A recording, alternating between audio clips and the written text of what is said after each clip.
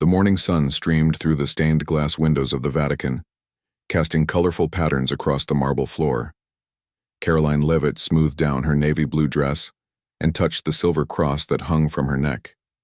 It was a simple cross, nothing fancy, but it meant everything to her.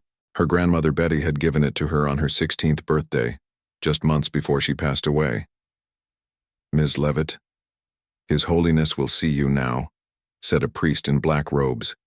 He had a kind face and spoke with an Italian accent. Karoline nodded and took a deep breath. She was not easily nervous. As a press secretary for important politicians, she had met presidents, movie stars, and world leaders. But meeting the Pope was different. This was Pope Leo XIV, the first American pope in history, and one of the most talked about religious leaders in decades. She followed the priest down a long hallway. Their footsteps echoed against the walls covered with paintings hundreds of years old. Karoline tried to look calm, but her heart beat fast. Why had the Pope asked to meet with her? She was just a press secretary, not even a very religious one. She went to church on Christmas and Easter, but that was about it. The silver cross was more about remembering her grandmother than showing her faith. The priest stopped at a large, wooden door with gold designs. He knocked 3 times, then opened it. "Ms. Karoline Leavitt, Your Holiness," he announced. Karoline stepped into a room that was smaller than she expected. It had a desk, some chairs, and bookshelves along the walls. It looked more like a normal office than the home of the leader of the Catholic Church. Behind the desk sat Pope Leo XIV. Joseph Martinez had been a surprise choice for Pope.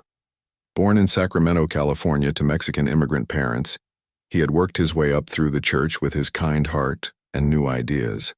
Some Catholics loved him for wanting to change old ways. Others thought he was too modern. At 63 years old, he was younger than most popes when they started. "Ms. Leavitt, welcome to the Vatican," the Pope said, standing up. He didn't wear the full Pope outfit, just a simple white robe with a small crosspin. "Please sit down." Karoline sat in the chair across from his desk. "Thank you for inviting me, Your Holiness. It's an honor. I've been following your career with interest," Pope Leo said. His voice was calm and reminded Karoline of her favorite college professor. "Your work in American politics has caught the attention of many, including myself." Karoline smiled politely, still confused about why she was there. "Thank you, but I'm just doing my job. Sometimes doing our jobs well can change the world." The Pope folded his hands on his desk. "I believe in building bridges between the church and the modern world, between religion and politics, between old traditions and new ideas." Karoline nodded, not sure what to say. The Pope's eyes moved to the silver cross hanging from her neck. He looked at it for a long moment. Something in his expression changed. Was it surprise? Interest? Karoline couldn't tell. "That cross," he said, his voice gentle but clear. "I must ask you to take it off." Karoline's hand went to her necklace right away. She felt her face get hot. Had she done something wrong? Was her simple cross not good enough for the Vatican? She knew the Pope was more modern than others before him, but asking her to remove a cross seemed strange. "I'm sorry, Your Holiness," she said, trying to keep her voice steady. "This cross was a gift from my grandmother. It's very important to me." The Pope's face softened. "I understand that it has personal meaning. Still, I must ask you to remove it just for a moment." Karoline felt stuck between being polite and standing up for herself. This small silver cross was her most treasured possession. It had been with her through college, her first job, hard times and good times. Taking it off for anyone, even the Pope, felt wrong. "May I ask why?" she said, trying to sound respectful. Pope Leo smiled slightly. "I know this seems unusual. Trust me, there is a purpose." Outside the window, bells began to ring. It was noon in Vatican City. Karoline could hear people in St. Peter's Square below, tourists taking pictures and families enjoying the sunny day. None of them knew about this strange moment happening, just above them. With shaking fingers, Karoline reached behind her neck and unclasped the silver chain. The cross fell into her palm, catching the light. It was nothing special to look at, just a simple silver cross that had turned slightly darker over the years. But holding it in her hand like this made her feel like she was giving away a piece of herself. "Thank you," said Pope Leo. He did not reach for the cross as she expected. Instead, he opened a drawer in his desk. A knock at the door interrupted them. A young man in a suit stepped in and whispered something to the Pope. Karoline couldn't hear what they said, but the Pope nodded. "I apologize, Ms. Leavitt. There is an urgent matter I must attend to. Please wait here. I will return shortly." The Pope stood and followed the man out, leaving Karoline alone in the office. She sat there, still holding her grandmother's cross, feeling confused and a little upset. Through the large windows she could see the Vatican gardens and, in the distance, the city of Rome. She had been so excited about this trip, her first time in Italy. Now she just felt uncomfortable. Karoline looked around the Pope's office. There were photos on the walls. Pope Leo with children in Africa, with world leaders, with ordinary people.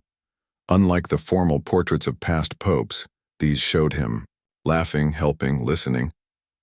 Despite her confusion about the cross, she had to admit he seemed like a kind man. 5 minutes passed. Then 10. Karoline put her cross in her pocket instead of putting it back on. She wondered if she should leave, but decided it would be rude. After 15 minutes, the door opened again. Pope Leo returned, looking slightly tired. "I apologize for keeping you waiting," he said, sitting down again. "Being Pope means many emergencies, big and small." "It's no problem," Karoline said politely. Pope Leo opened the drawer he had started to open before. "Now about your cross." Karoline prepared herself for a lecture, maybe about proper religious symbols or Vatican rules she didn't know about. But what the Pope pulled out of the drawer made her gasp. It was a cross, but unlike any she had seen before. Made of gold, it had beautiful designs carved into it. In the center, where the two parts met, was a small red stone that caught the light like fire. "This cross," Pope Leo said softly, "has a story that begins over 100 years ago, with another pope named Leo." Karoline stared at the beautiful object, her own simple silver cross forgotten in her pocket. "Ms. Leavitt, the reason I asked you here today, the reason I asked you to remove your cross, is because I have something important to give you." The Pope held up the golden cross. "And its story begins with my namesake, Pope Leo XIII, in the year 1899. Karoline leaned forward, completely surprised by this turn of events. Outside the window, a white dove landed on the ledge, as if it too wanted to hear what would happen next. The Pope smiled at her shocked expression. "I think you'll understand soon why I asked you to take off your cross.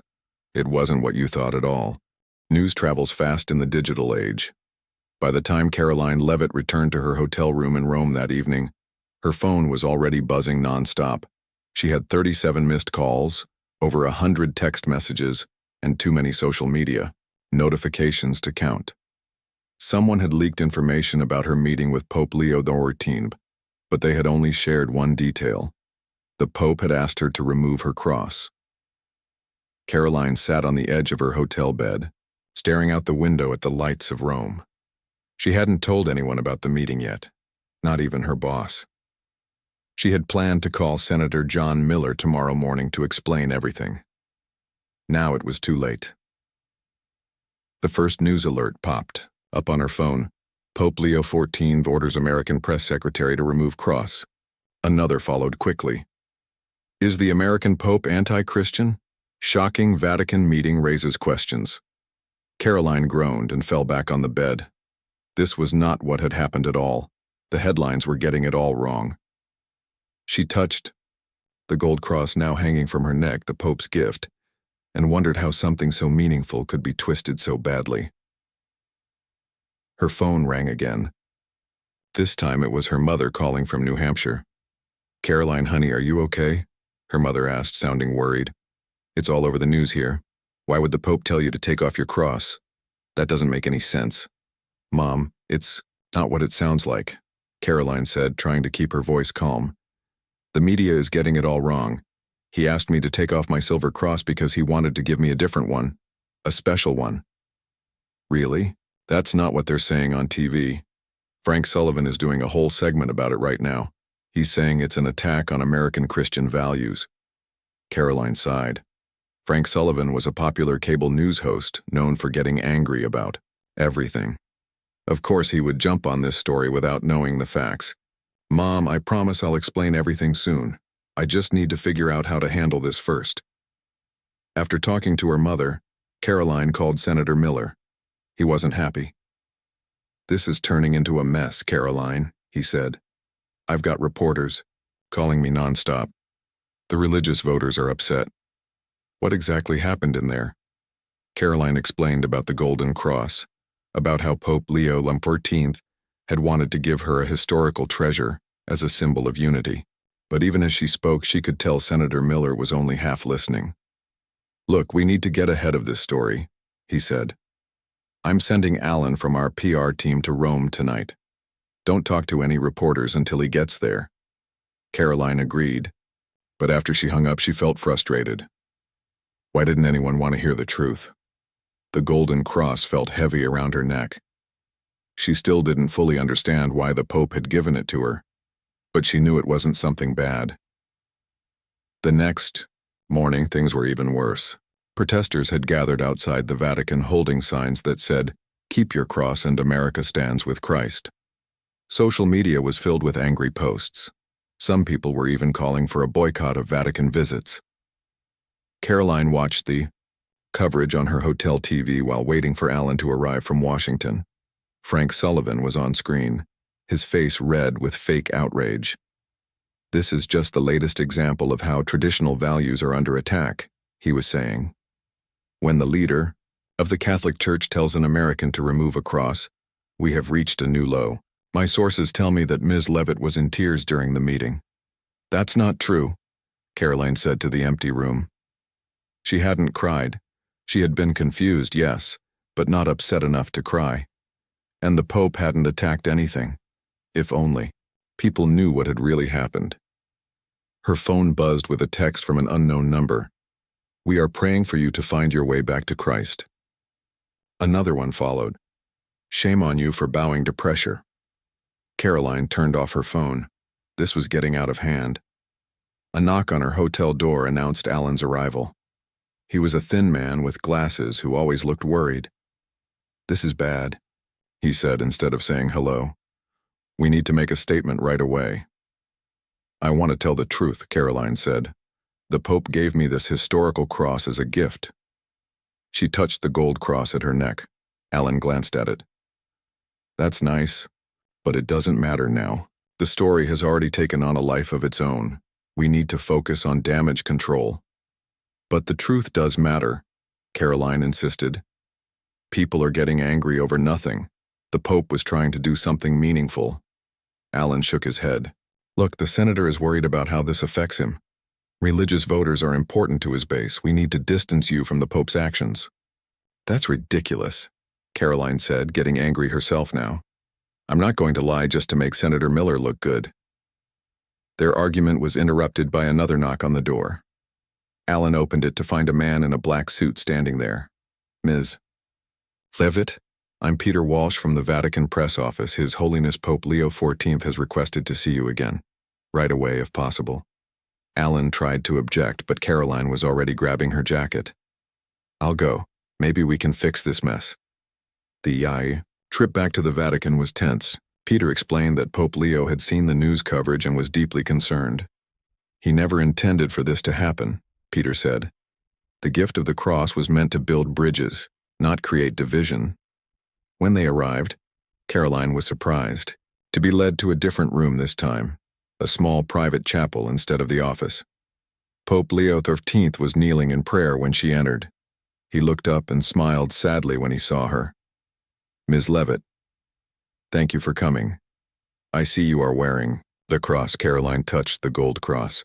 Yes, Your Holiness, it's beautiful, but I'm afraid there's been a huge misunderstanding about what happened yesterday. The Pope nodded. So I have seen. The world has taken a moment of unity and turned it into division. This is the challenge of our times. People rush to judgment without seeking understanding. He stood up and walked to a small table where a folder lay open. "Do you know the history of the cross I gave you?" Karoline shook her head. "You started to tell me about Pope Leo III, but we were interrupted. Yes, this cross belonged to him. He wore it during a time when the church was struggling to find its place in a rapidly changing world. Much like today."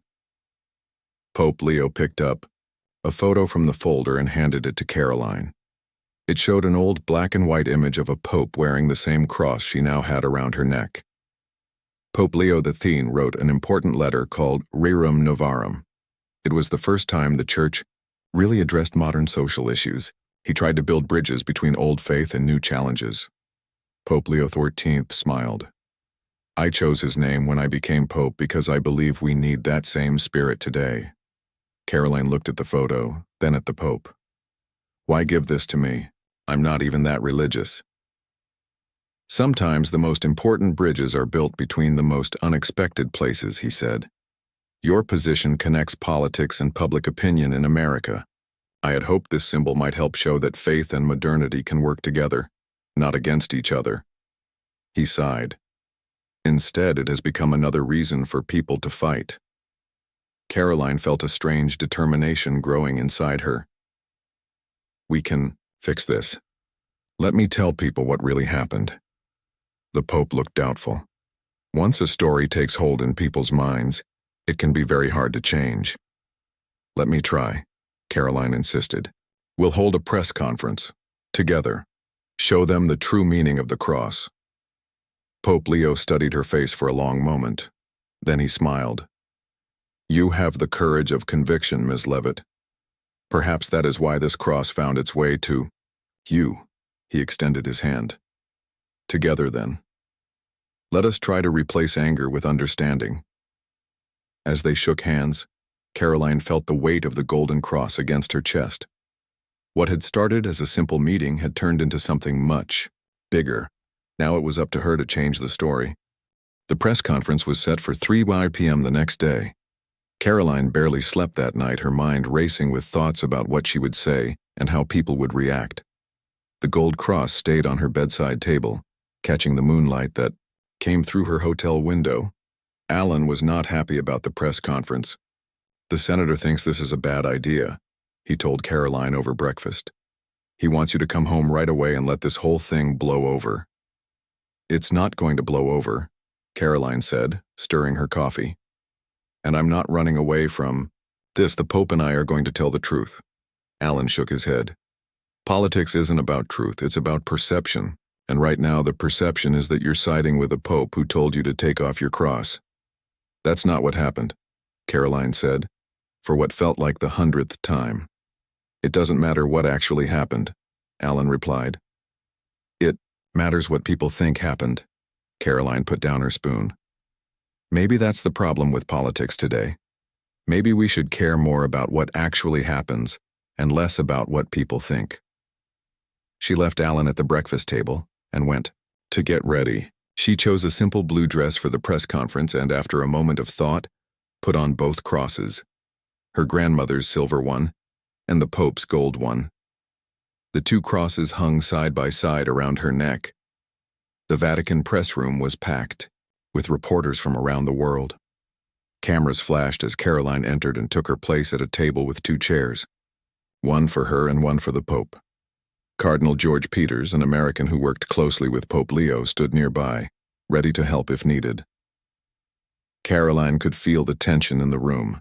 Some reporters looked curious, others seemed hostile.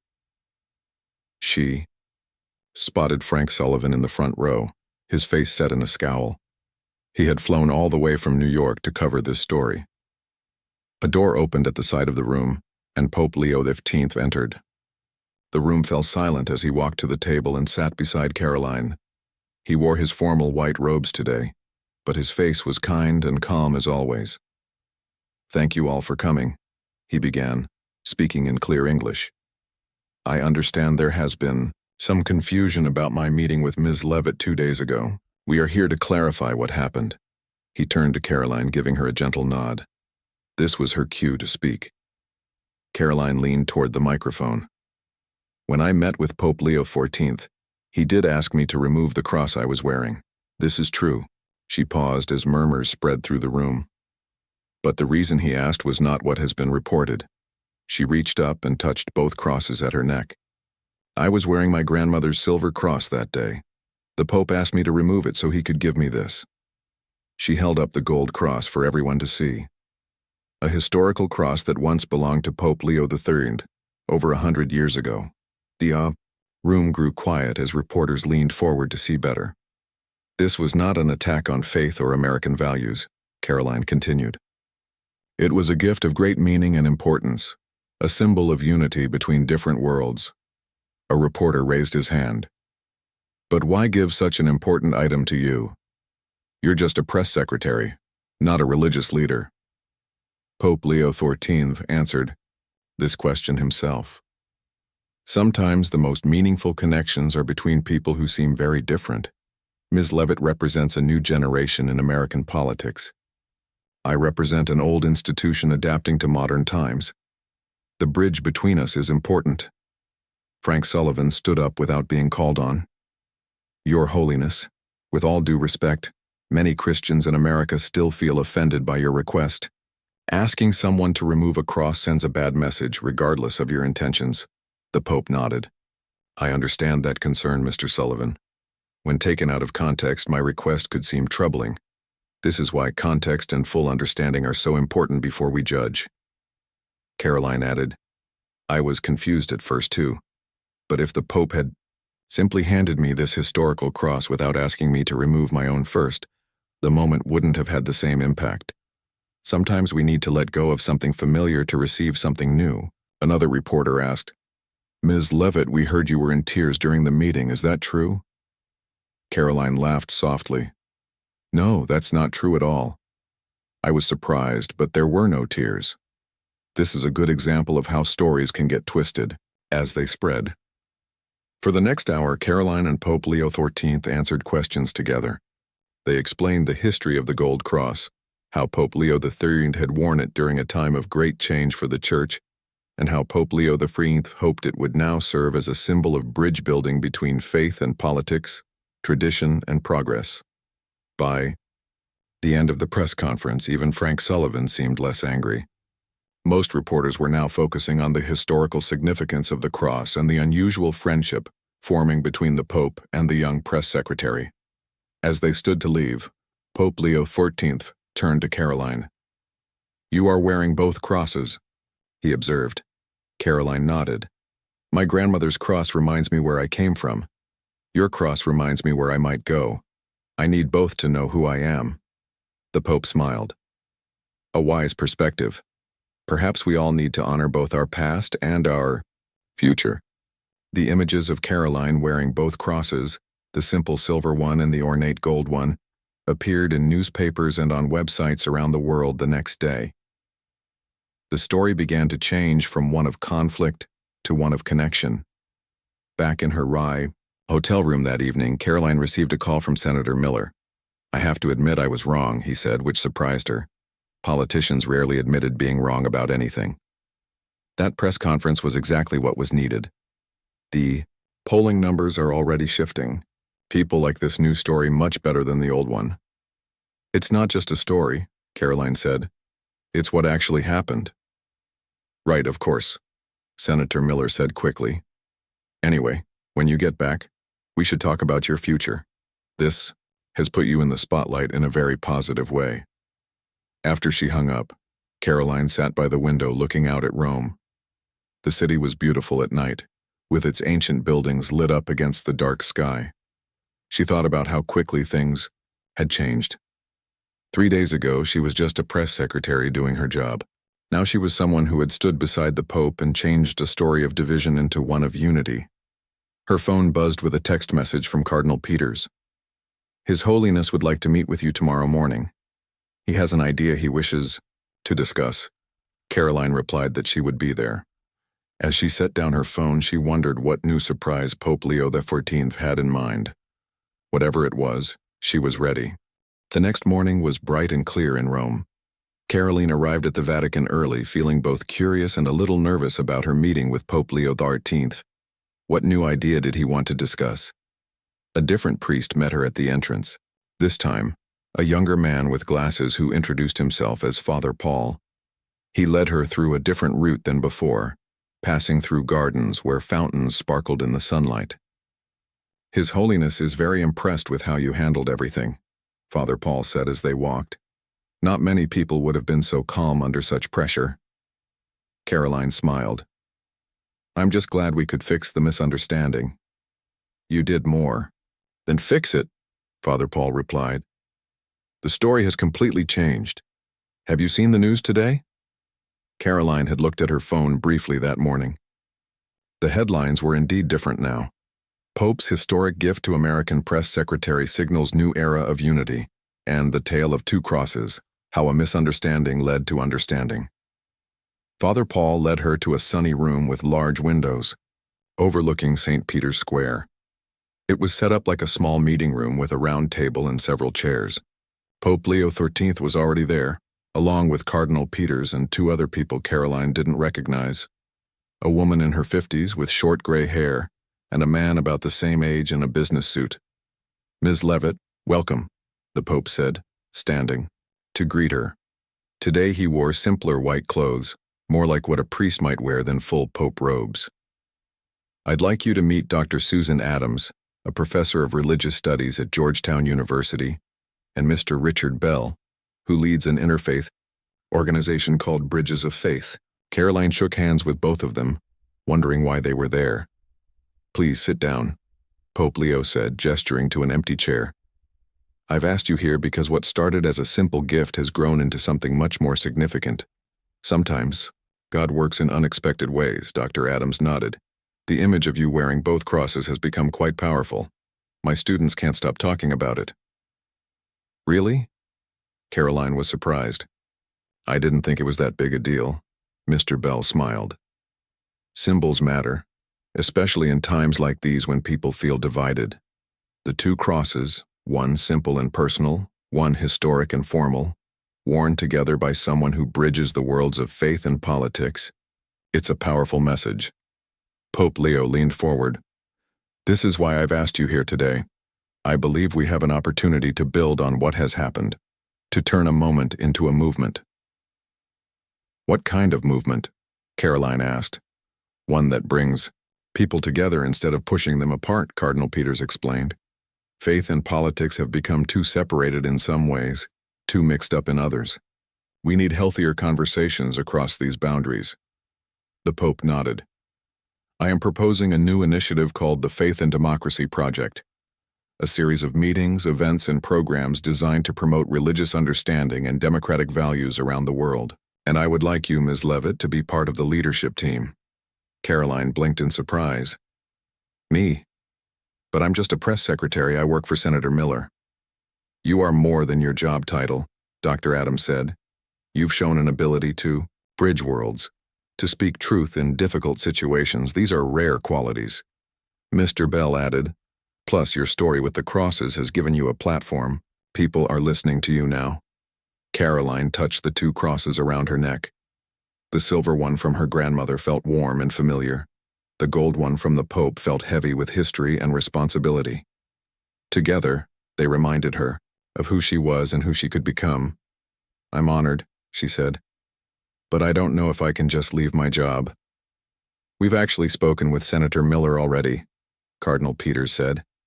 He thinks this could be good for everyone involved.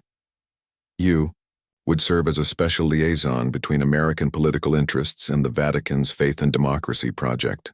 Karoline was surprised again. You talked to Senator Miller before talking to me? Pope Leo smiled gently. We needed to know if it was possible before offering you the position. The senator was quite supportive, especially when we explained how much positive attention this would bring. Of course, Karoline thought. Senator Miller always cared about positive attention. Still, this was an amazing opportunity. A chance to do something meaningful beyond just managing a politician's public image. What exactly would I do in this role? She asked.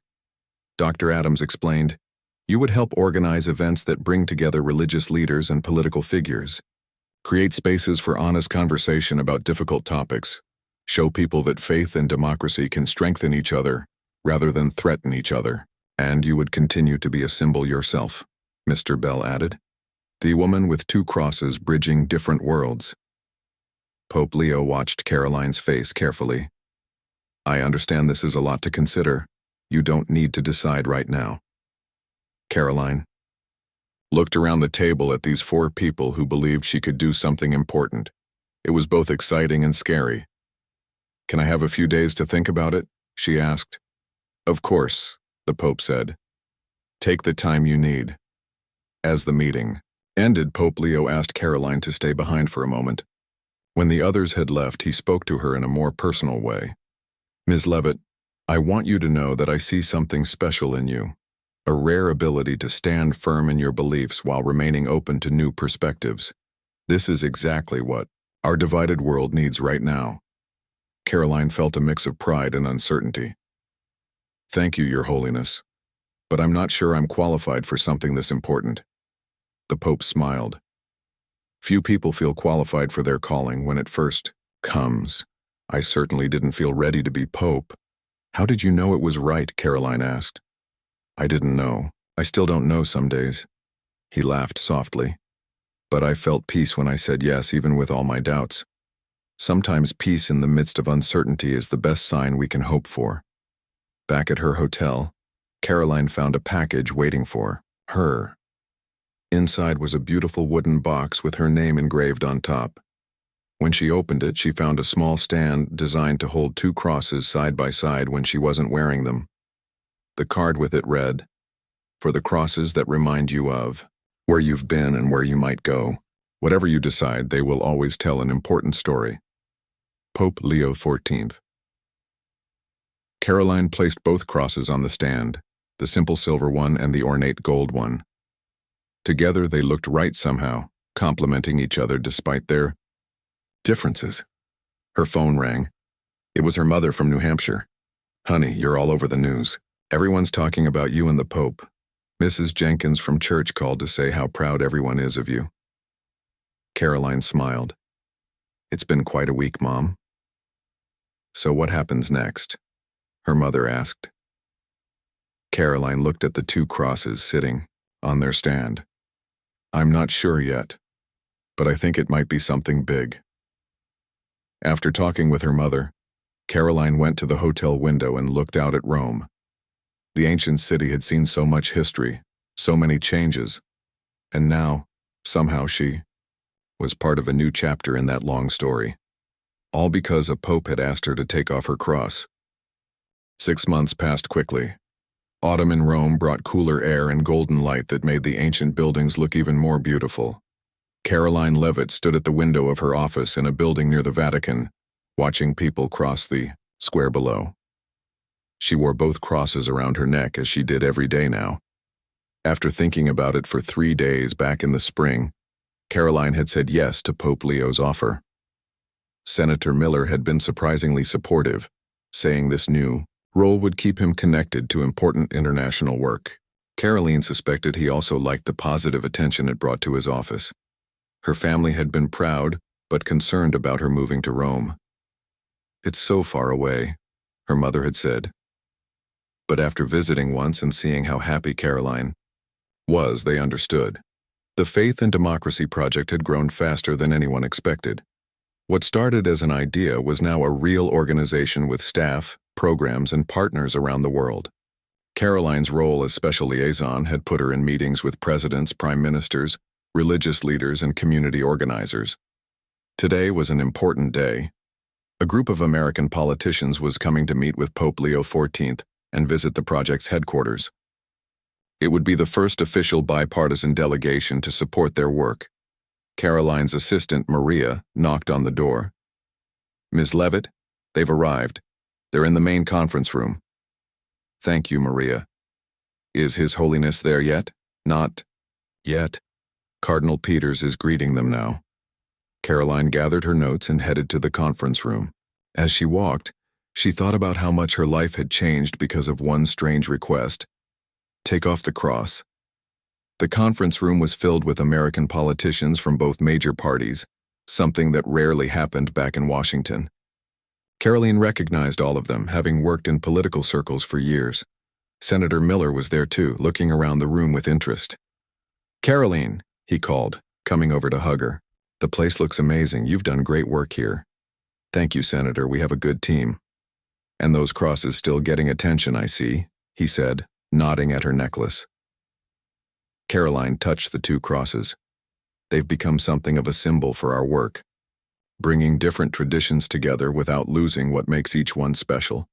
Cardinal Peters called for everyone's attention. "Ladies and gentlemen, thank you for coming today. His Holiness Pope Leo XIII will join us shortly. Before he does, I'd like to invite Karoline Leavitt to say a few words about the Faith and Democracy Project." Karoline moved to the front of the room.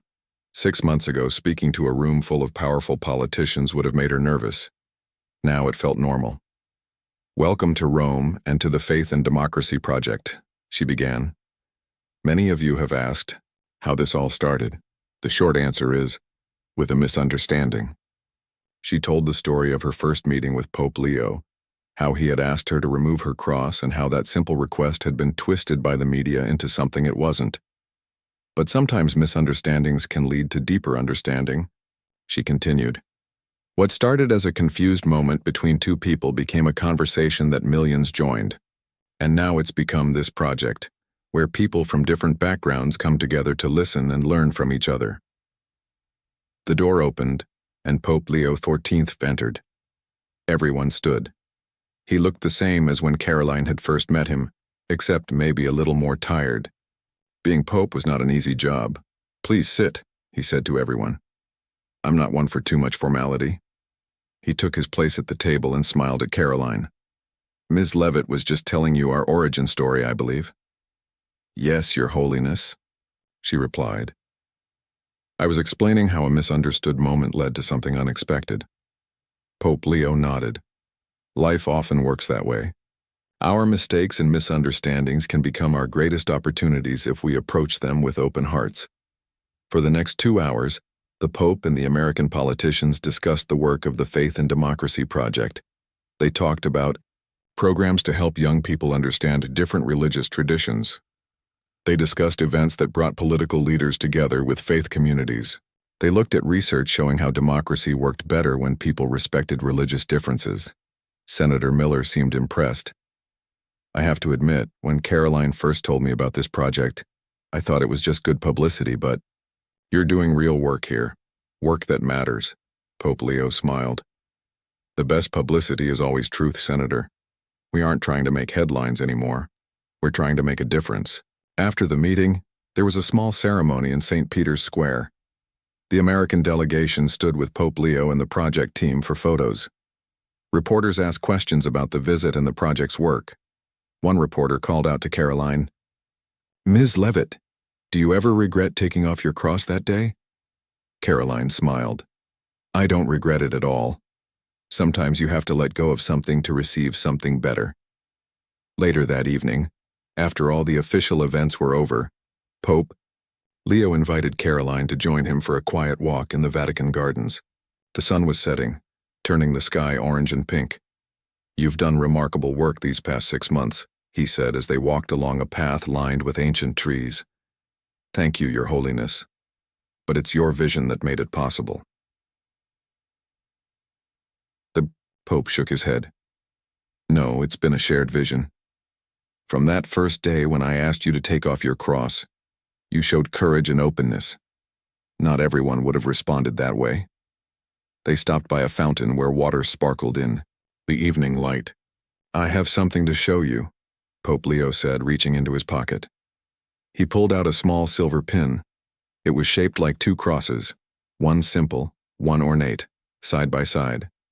"We've had these made for everyone who completes our new interfaith leadership program," he explained. 500 young people from around the world will receive these next month." Karoline took the pin and looked at it closely. "It's beautiful. Your 2 crosses have become a powerful symbol, Karoline. They remind people that we don't have to choose between honoring our traditions and building new connections. We can do both." As they continued walking, Karoline thought about everything that had happened because of one simple request. How different her life would be if Pope Leo had never asked her to take off her cross.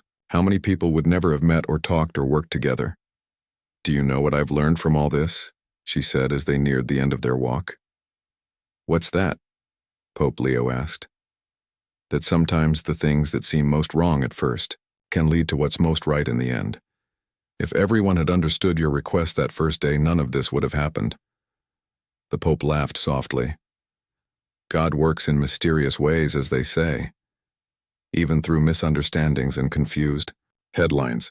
They reached the garden gate where Cardinal Peters was waiting to take Karoline back to her apartment. "Tomorrow is the youth conference," the Pope reminded her. 300 young people waiting to hear how 2 crosses can change the world. "I'll be ready," Karoline promised. That night, Karoline stood at her apartment window looking out at Rome. She could see the dome of St. Peter's Basilica lit up against the night sky. Her hand went to the 2 crosses at her neck, the simple silver one from her grandmother and the ornate gold one from the Pope.